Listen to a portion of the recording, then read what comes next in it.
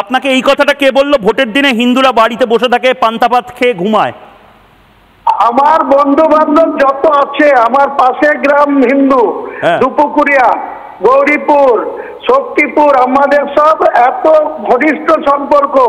তাদেরকে যখন বলি ভোটের দিনে একটু আয় একসঙ্গে ভোটটা করি, একটু খেতে দে, তো ওই 9টা 10টার ভিতরে বলে বাড়ি ঢুকে যাই, বলে পান্তা ভাত খেয়ে একটু ঘুমাবো।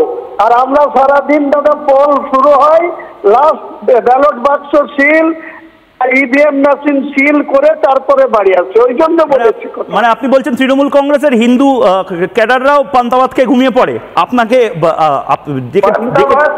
কমুক না কমুক, আপনি প্রত্যেকটা হিন্দু যে বুথ, সেই বুথের যে ভোটের কাউন্টিং এর যে রেজাল্ট, আপনি একটা হিন্দু বুথে 1000 বুথের পোল দেখুন, হয় 60% না হয় 65, ম্যাক্সিমাম 70।